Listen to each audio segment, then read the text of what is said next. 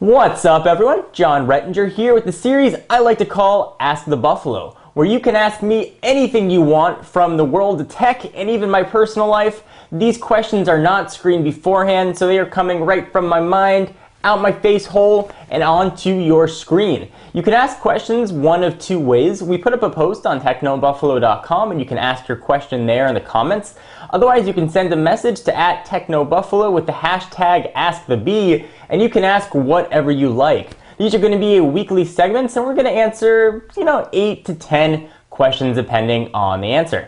So if you see me glance rightwards, because I got the questions over there, let's go ahead and get started. The first question comes from the website and is from user Lamb06.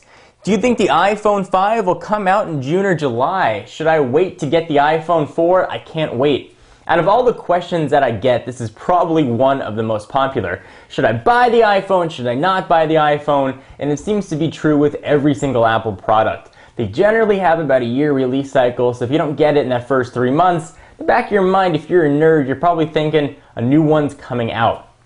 Traditionally, Apple's release cycle has been every June. We've seen a new iPhone announced since 2007 at Apple's Worldwide Developers Conference. However, if rumors are to be believed, it looks like we might finally be breaking that tradition, and we might actually see the iPhone 5 announced in September for a release in the late September, early November timeframe, certainly before the holidays come around in the US. So should you wait?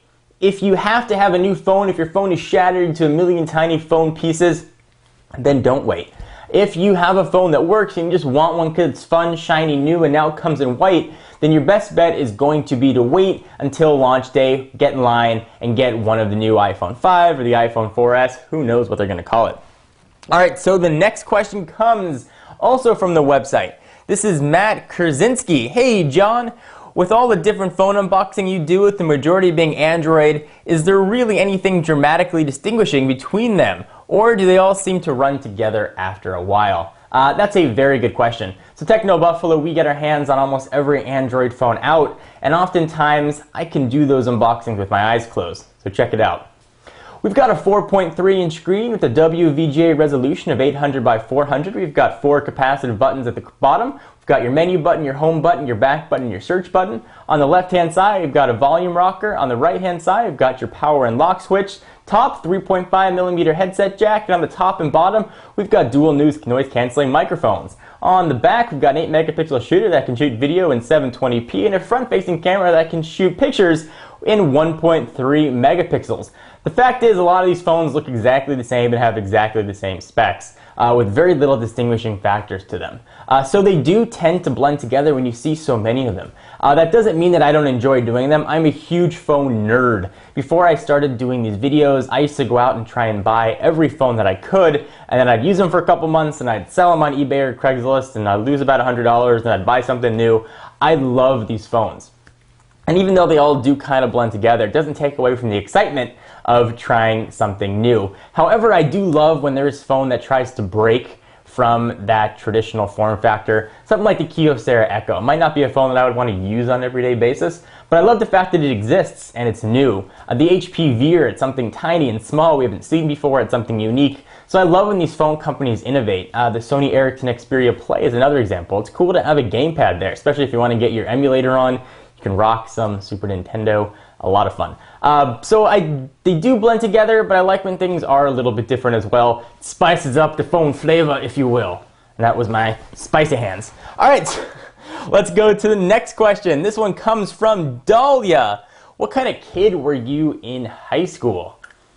Nerdy. I've always been on the nerdy side of things. I played sports, although very poorly in high school. You are talking to a third-string quarterback right here who got in, I believe, 2 games. So I played a little bit of football. I'm not the tallest guy in the world. I like to say I'm 5'10", but I'm really like 5'9"-ish. I don't weigh that much, maybe $165. So I was never giant. I'm from Southern California, and there were some big kids. I remember, I think it was probably the first game I ever got in. I went back to throw a pass, and I got sacked by a guy that looked like a house.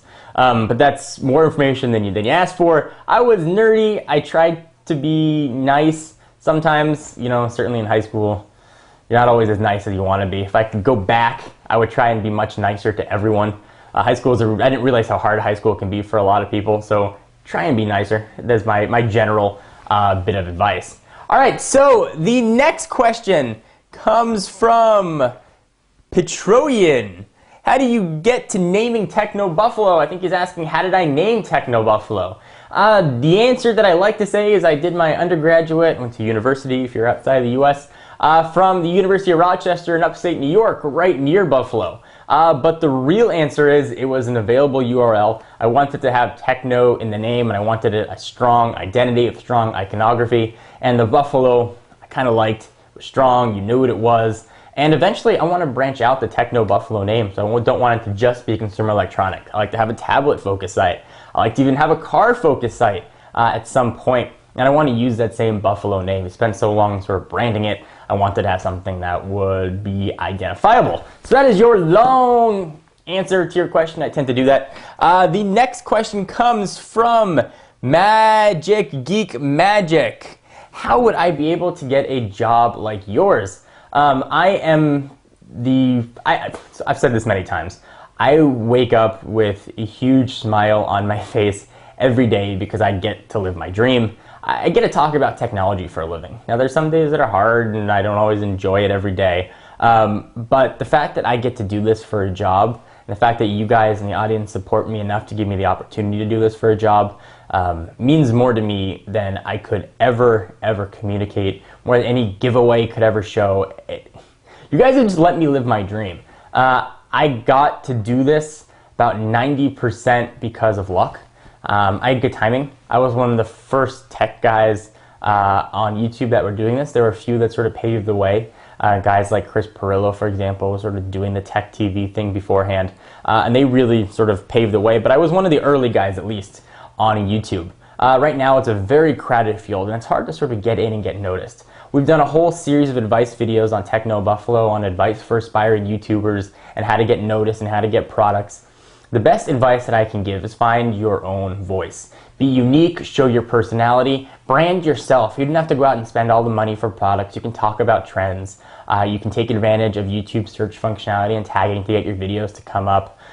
Really, the best advice that I can give, though, again, is just to be yourself and let your personality try and come through in your videos. Like, you watch my videos and you know that guy's a nerd, and it's true. All right, so the next question comes from Carlos Baba.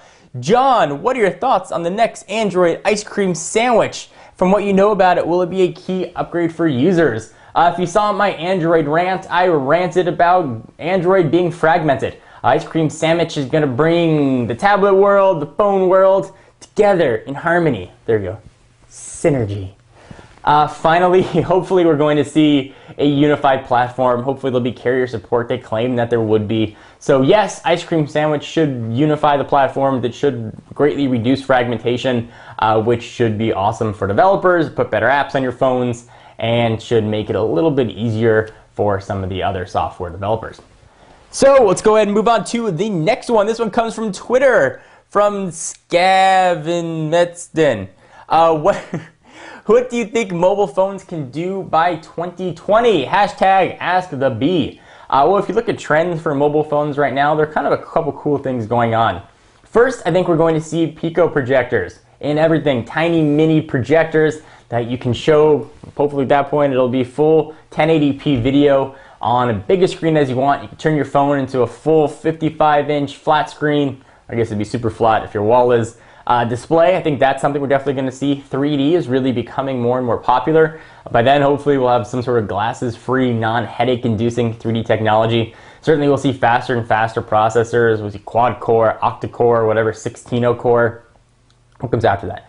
32-core chips. Just going to be faster and faster on more RAM and more RAM. What I hope that we see, though, is better battery technology. Battery hasn't always caught up to the phone business. So hopefully that will change. And bigger screens. We'll have 10-inch phones, 20-inch phones.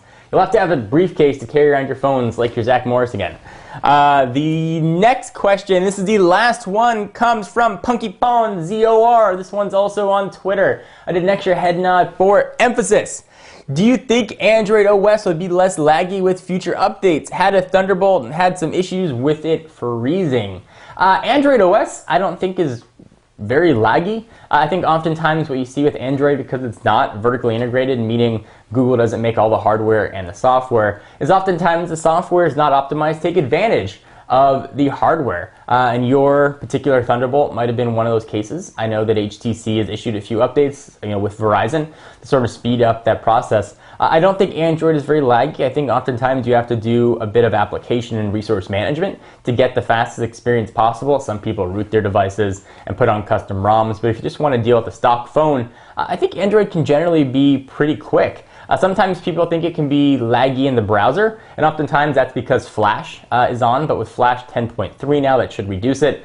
Just turn Flash off. Oftentimes that will really improve the lagginess, pinch to zoom especially, with your browsers. So hope you guys enjoyed. This was a long-winded Ask the Buffalo where I answer any kind of questions. So we talked about phones, we talked a little bit about tablets, touched on them, talked about how big a nerd I was in high school. We got a lot more fun stuff coming up, so stay tuned. Be sure to ask your questions, anything you want. Some of them I might not answer, but all these answers just come barreling out of my head. I am Jon Rettinger from Techno Buffalo, and I'm pointing again for emphasis. I'll see you in the next video. Bye-bye.